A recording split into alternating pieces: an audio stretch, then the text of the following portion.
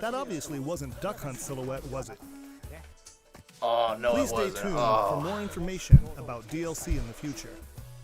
Oh As my for God. Nintendo Switch, we have more games in development. We got beyond Banjo what was shown and today. Smash. Are you serious? I'm looking forward to the day we can introduce them to you. Speaking of, before we end this direct, I actually have one more thing to show Oh, you. don't do this to me, please. Don't. Thank you very much for watching. I Until can't next take time. much more of this. This is killing me. Oh. Oh my God.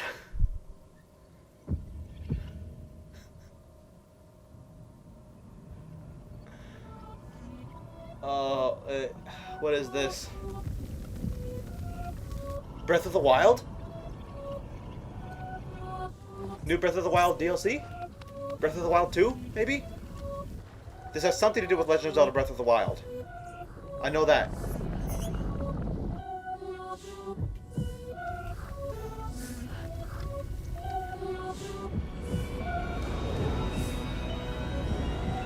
Zelda's new hairstyle?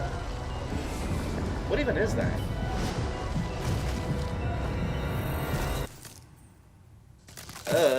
Oh! Oh.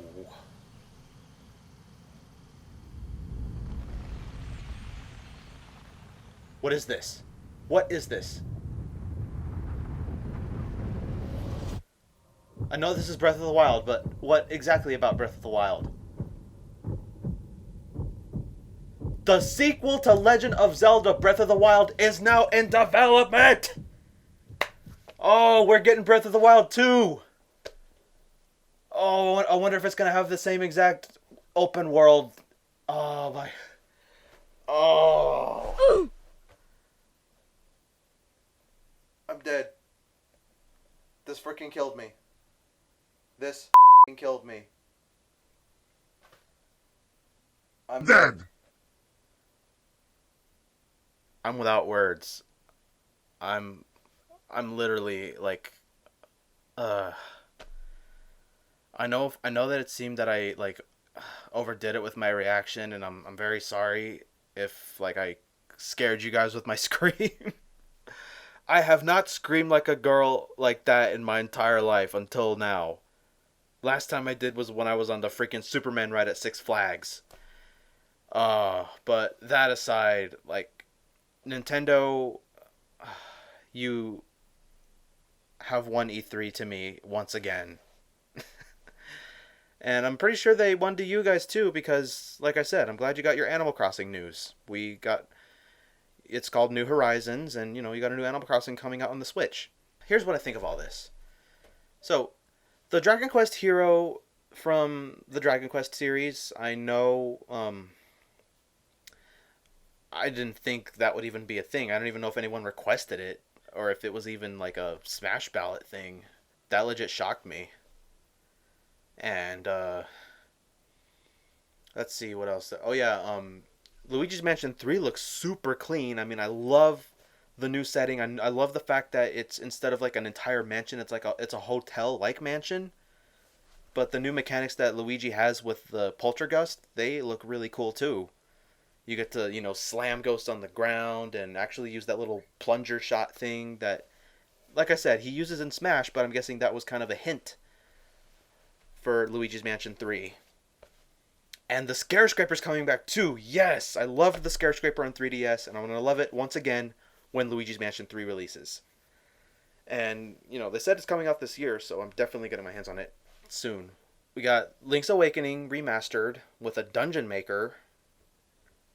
I gotta say, I really look forward to what they're going to do with the Piece of Power thing from Link's Awakening. I wonder if they're going to still carry that on. I'm pretty sure they will, but we'll see what happens. And, you know, the art style looks like it's handcrafted. Like everything's made, like, handmade from clay and stuff. And obviously the music is more orchestral. Oh yeah, and the Secret of Mana collection. I have fond memories of playing Secret of Mana. It's one of the few RPGs that I actually finally remember. I mean, I know I should probably play more of those kinds of games, like Final Fantasy and such, but I'm not really much of an RPG person, but, you know. Got some decent memories of Secret of Mana.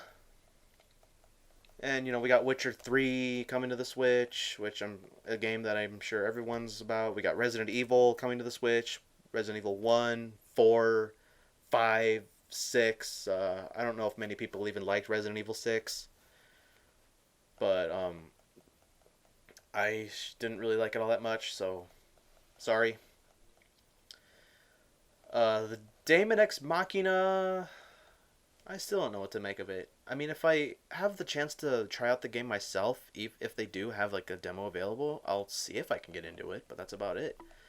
And that whatever Danzer Dragoon thing is, that reminded me a lot of Star Fox, so I'm pretty sure that they had a few ideas used from Star Fox. Um, Pokemon Sword and Shield, I've already explained what I thought about it, but as for now, we got 3 new Pokemon, but that was about it. I'm pretty sure they're going to announce more, but not at the moment. And we got introduced to the Dynamax feature, which is going to be kind of like that sort of thing is going to have like a raid battle-ish mechanic, kind of like Pokemon Go, but it's going to be strategy-based and turn-based. And we got Astral Chain. Not really much to say about that other than it looks exactly like both Nier and Bayonetta. Cadence of Hyrule DLC for Crypt of the Necrodancer. Really good indie game, guys, let me tell you. You guys should definitely look into Crypt of the Necrodancer. The soundtrack is amazing, and it's a really cool game. I've grown to love indies more. Mario and Sonic at the Olympic Games. Looks very cool. I love the designs. I love the costumes. I love the appropriate suits that the characters are wearing. Like they're not actually like in their usual clothing. Like Mario's not always wearing his plumber gear and his signature overalls and his red hat. Yeah, I pretty much described them the same. I'm not much of an Animal Crossing person myself, but I'm glad that you guys finally got your news. And like I said, I played a little bit of New Leaf. Played it for like a good year and a half. The fact that you're building your village from the ground up and you're building it in a deserted island and kind of making your village there, that's kind of cool. And then freaking Spyro, the Reignited Trilogy on the Switch, is definitely something that I really, really hoped for. I mean, I usually don't have high hopes, but I said a long time ago, like when I saw that they were putting Spyro in, they were remaking the Spyro trilogy in HD, and after I saw that they were like Sony, they were PS4 and Xbox One exclusive, I was like, oh man, they couldn't even make it for the Switch. They made Crash Bandicoot and Insane Trilogy go multi-platform, so why didn't they do the same with Spyro? And here they did. Something I hoped for last year actually, came true. And we got a couple of other, already known games that are being ported to the Switch. Wolfenstein, Doom, Dead by Daylight, all that stuff. I know we're getting some new Hollow Knight stuff. And then ending off with Banjo and Kazooie in Super Smash Bros. Ultimate! Let's go! Oh my gosh. Holy shit, this is going to be so good. The roster's just going to get better and better and better. I'm like, the fact that they're bringing such a beloved but nearly forgotten character into Smash is just, it puts a smile on my face. And I've noticed that a few other people, they don't really know Banjo, so they try to request other bizarre characters like Steve from Minecraft and Cuphead, and that wouldn't be a bad idea. And a few other stuff like Goku, although he's already been shot down, so he'll never be in Smash, thank goodness. But I didn't think that would ever be possible. Like, I thought Banjo and Kazooie was going to be too bizarre of a choice, and here it is. It's real. And they're having Spiral Mountain straight from Banjo-Kazooie as a stage, too. Believe it or not, I've had some fond memories of playing Banjo and Kazooie on the Nintendo 64. And I was originally going to do a blind playthrough of it years ago when I was still doing Let's Play videos. But I decided to go through it myself, and then I began to realize as to why everyone loves that game so much. All the people from the 90s who played it and loved it. I love Donkey Kong Country, so, it's a collectathon. Metroid is sort of a collectathon, but it's more so of an exploring game, exploration of the unknown. But Banjo-Kazooie was something else to me. I thought it was pretty well received, and I noticed that some of the familiar moves that Banjo and Kazooie can do in those games. I even borrowed a few mechanics from Banjo-Tooie, I've noticed. And the final smash, I think, is a reference to the finishing blow that Banjo and Kazooie do to Gruntilda in the final battle, like they crush her under a rock. I loved that callback. That is such a neat set piece. And, Banjo-Kazooie's character models don't look half bad either. They look so good. Like 100 times better than it did in Nuts and Bolts, which I'm pretty sure is a game that had mixed reception as well, right after Microsoft bought Rare. And it's also kind of a thing because since Banjo and Kazooie are no longer like the property with Nintendo, even though they were with Rare. You never thought that Nintendo would ever acknowledge Banjo Kazooie again. So would that also mean that they would bring some more Banjo stuff to us? Can't help but wonder. Still feeling a little bit thrilled to bits because I saw Banjo as a new character in Smash. I mean, and you thought Joker was going to be bizarre enough, and he's from Persona 5. I'm pretty sure he's like another third-party rep. And, also the Dragon Quest hero. Who expected him? I mean, I know I've mentioned him, like, a few seconds ago, too, but, like, that's another Square rep. So it's not going to just be Cloud that's representing, Square. But we also got the Dragon Quest series, which is also made by Square Enix. I'm pretty sure I'm more excited for Banjo, though.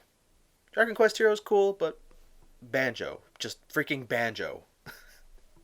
And also, like, I don't know if you noticed, but, like, he has the exact same duh from the original game, like those little funny sounds that he makes straight from the game.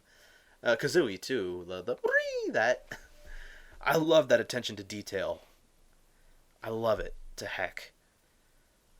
All right, I think I'd better stop before I screw everything up again. I'll see you guys later and get hype. I hope everyone's having a great E3 so far. I'm hoping that everyone's hopes are being fulfilled, I guess. Even though I ranted for a long time on Instagram how I'm pretty much against that. Yeah, I'm sure you get it. So I'll see you guys later for a brand new video of what I think of other platforms that are not Nintendo. So, see you later.